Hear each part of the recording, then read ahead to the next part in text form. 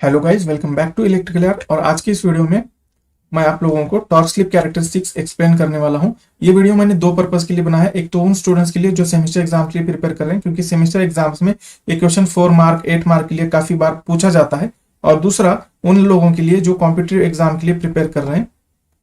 इस टॉपिक पर जो भी एमसीक्यूज आएंगे वो ऑटोमेटिकली इस वीडियो में कवर हो जाएंगे, ठीक है। और दूसरा, जो भी मैंने नोट्स रेफर किए हैं वो अपलोड कर दिए हैं और उसकी लिंक जो है डिस्क्रिप्शन में दे रखी है।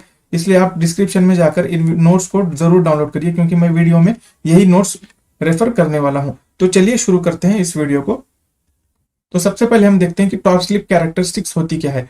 टॉर्क स्लिप कैरेक्टरिस्टिक यानी the graph plotted between the torque and slip for a particular value of rotor resistance is known as torque slip characteristics. यानी कि ऐसा ग्राफ जो टॉर्क वर्सेस स्लिप का हो। एक एक्सिस पर हमारा होगा स्लिप और एक एक्सिस पर होगा हमारा टॉर्क।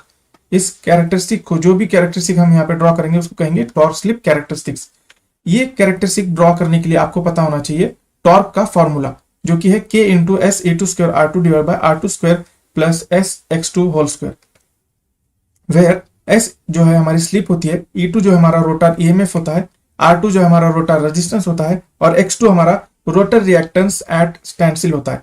तो गाइस, जैसे कि इस इक्वेशन में बताया है, हमारा जो टॉर्क है वो जो है स्लिप पर डिपेंड होता है। तो इसी टॉर्क के फॉर्मूले की हेल्प से जो है हम टॉर्क स्लिप कैरेक्टरिस्टिक्स ड्रॉ करने वाले हैं। गाइस, जो टॉर्क स्लिप कैरेक्टरिस्टिक्स होती हैं वो मेनली 3 टाइप्स में डिवाइड होती है, यानी 3 ग्रुप या रीजन्स में डिवाइड होती है। पहला होता है लो स्लिप रीजन, दूसरा है मीडियम स्लिप रीजन और तीसरा है हाई स्लिप रीजन। तो चलिए एक एक करके ये रीजन हम देखते हैं। फर्स्ट है हमारा लो स्लिप रीजन। इस रीजन में क्या होता है, जैसे कि आपको पता है ये हमारा टॉर्क स्लिप कैरेक्टरिस्टिक है। शुरू में जो है स्लिप हमारी 0 है और टॉर्क भी हमारा 0 है। वही मैंने नोट्स में लिखा है, at synchronous speed ns slip is 0 and therefore torque is 0। क्योंकि अगर स्लिप की वैल्यू हम इस फॉर्मूले में 0 रखते हैं तो हमें टॉर्क भी जो है वो यहाँ पे 0 मिलेगा। लेकिन आपको पता है कि 3 फेज इंडक्शन मोटर जो है वो सिंक्रोनस स्पीड पे रन नहीं करती, वो लेस देन सिंक्रोनस स्पीड पे रन करती है, जो कि NR होता है। When rotor speed is very near to synchronous speed, when the slip is very low, the value of the term sx2 square is very small and in comparison to r2 square and therefore neglected। जो भी हमारा torque का formula मैंने आपको बताया था अभी, जो कि था T is equal to ks a2 square r2 divided by r2 square plus sx2 square। यहाँ पर लो स्लिप रीजन यानी स्लिप की वैल्यू जो है काफी ज्यादा लो है, जिसकी वजह से ये जो टर्म होती है ये पूरी टर्म को हम निग्लेक्ट कर सकते हैं। यानी कि हमारा जो फॉर्मूला है वो बन जाएगा कुछ इस तरह से, T is equal to KS E2 square R2 divide by R2 square. बाद में यहाँ पे R2 भी कैंसिल हो जाएगा, बच जाएगा सिर्फ एक R2। यानी कि therefore we can say torque is directly proportional to slip. Therefore at low values of slip, यानी कि लो वैल्यूज ऑफ स्लिप पे टॉर्क इज डायरेक्टली प्रोपोर्शनल होता है स्लिप के साथ में। और दैट इज वाई जो हमारी कैरेक्टरिस्टिक्स होती है इस लो स्लिप रीजन में, ये हमारा लो स्लिप रीजन है, ये जो कैरेक्टरिस्टिक है ये एक स्ट्रेट लाइन होती है, जैसे कि आप देख सकते हैं ये है एक स्ट्रेट लाइन, ठीक है। आगे मैंने नोट्स में बताया, the region from S is equal to 0 to S is equal to SM is called stable region of operation and motor should be operated in this region. यानी कि ये जो लो स्लिप रीजन होता है इसको हम क्या कहते हैं, स्टेबल रीजन। कोई भी मोटर इसी रीजन में ऑपरेट करनी चाहिए फॉर द बेटर इफिशियंसी। अच्छी इफिशियंसी के लिए हमें इस रीजन में हमेशा मोटर ऑपरेट करना चाहिए। अगला रीजन है हमारा medium slip region. Medium slip region में मैंने नोट्स में जैसे कि बताया, as the slip increases torque increases and attains its maximum value when S is equal to R2 by X2। This maximum value of torque is also known as break down or pull out torque. यहाँ पे मैंने 2 point जो है बताए हैं। जैसे कि आपको पता है लो स्लिप रीजन में डायरेक्टली जो है स्ट्रेट लाइन थी, लेकिन मीडियम रीजन में क्या होगा, हमारा एक टाइम आएगा जैसे जैसे स्लिप इंक्रीज होगी हमारा टॉर्क जो है वो यहाँ पर जो है मैक्सिमम वैल्यू पे पहुंच जाएगा। और इस मैक्सिमम टॉर्क को हम क्या कहते हैं, एक तो कहते हैं हम लोग ब्रेक डाउन टॉर्क और pull out torque. Breakdown torque और pull out torque MCQ question में ये काफी ज्यादा बार पूछा जाता है कि मैक्सिमम टॉर्क को क्या कहते हैं। आगे मैंने जैसे कि नोट्स में बताया है, यहाँ पर मीडियम स्लिप रीजन में स्लिप की वैल्यू जो है वो ज्यादा होती है, यानी 0.4 0.5, जिसकी वजह से जो है पिछली बार जैसे लो स्लिप रीजन में हमने इस टर्म को निग्लेक्ट किया था S इंटू X2 स्क्वायर को, लेकिन यहां पर हम निग्लेक्ट नहीं कर सकते क्योंकि S की वैल्यू जो है एक मीडियम रेंज है। वही मैंने नोट्स में बताया कि when a further increase in slip occurs due to increase in load beyond the point of maximum torque when slip is high the value of term sx2 is very large, यानी कि sx2 is very large and therefore r2 को हम जो है यहाँ पे neglect कर सकते हैं। आपको पता है टॉर्क का जो फॉर्मूला था हमने लिखा हुआ पहले ks e2 r2 divide by r2 plus sx2। तो मीडियम स्लीप रीजन में हम लोग जो है r2 को जो है यहाँ पे निग्लेक्ट करते हैं, तो हमारा फॉर्मूला क्या हो जाएगा, कुछ इस तरह से हो जाएगा।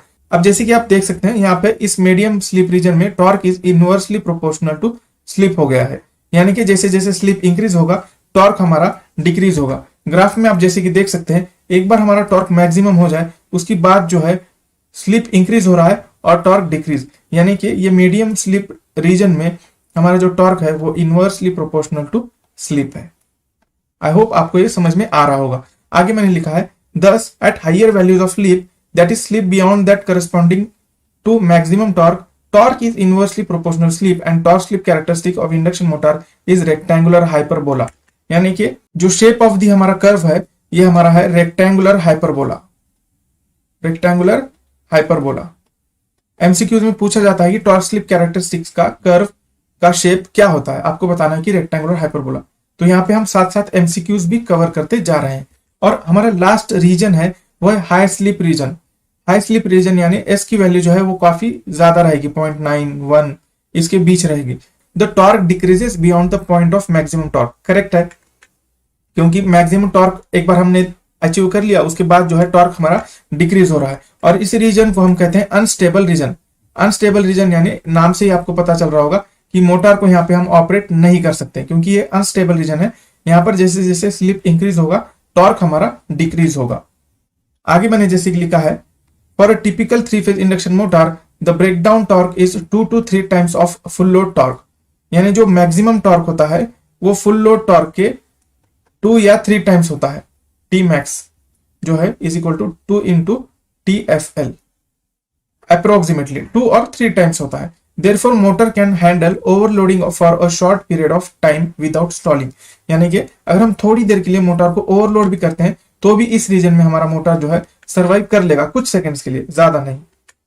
और आखिरी पॉइंट जो हमारा है इस वीडियो का वो है effect of rotor resistance on characteristics, यानी रोटर रेजिस्टेंस का हमारा कैरेक्टरिस्टिक्स पे क्या इफेक्ट होता है। तो जैसे कि आप ग्राफ देख सकते हैं ये जो फर्स्ट कर्व है यहाँ पे हमारा रेजिस्टेंस जो है R21 है। R21 यहाँ पे वेरी लो वैल्यू है, ठीक है। अब जैसे कि हमने रेजिस्टेंस को इंक्रीज कर दिया तो हमारा ग्राफ हो जाएगा ये सेकेंड वाला ग्राफ। तो ये फर्स्ट ग्राफ था और जो ये सेकेंड है, जैसे कि आप देख सकते हैं मैक्सिमम टॉर्क की वैल्यू उतनी ही रहती है irrespective of value of rotor resistance, और वही मैंने यहाँ पे लिखा हुआ है कि मैक्सिमम टॉर्क जो वैल्यू होती है टॉर्क की develop by induction motor is independent of resistance R2, ठीक है। अगला हम पॉइंट देखते हैं therefore the effect of change in rotor resistance is the change is in slip at which maximum torque takes place, यानी कि जैसे जैसे हम रोटर का रेजिस्टेंस इंक्रीज करेंगे, ये फर्स्ट सेकंड और थर्ड पॉइंट आप देखिए, यहाँ पर रोटर रेजिस्टेंस कम था, यहाँ पे ज्यादा था, और यहाँ पे जो है हाई है, यानी थर्ड पॉइंट पे जो है रोटर रेजिस्टेंस सबसे ज्यादा है, इसीलिए जो यहाँ पे स्लिप है जिसपे हमें मैक्सिमम टॉर्क मिल रहा है वो भी काफी ज्यादा हाई है। That is why greater the value of rotor resistance greater the value of slip at which maximum torque occurs. तो गाइस ये था हमारा वीडियो टॉर्क स्लिप कैरेक्टरिस्टिक्स पे, और आई होप कि आपको ये वीडियो पसंद आया होगा।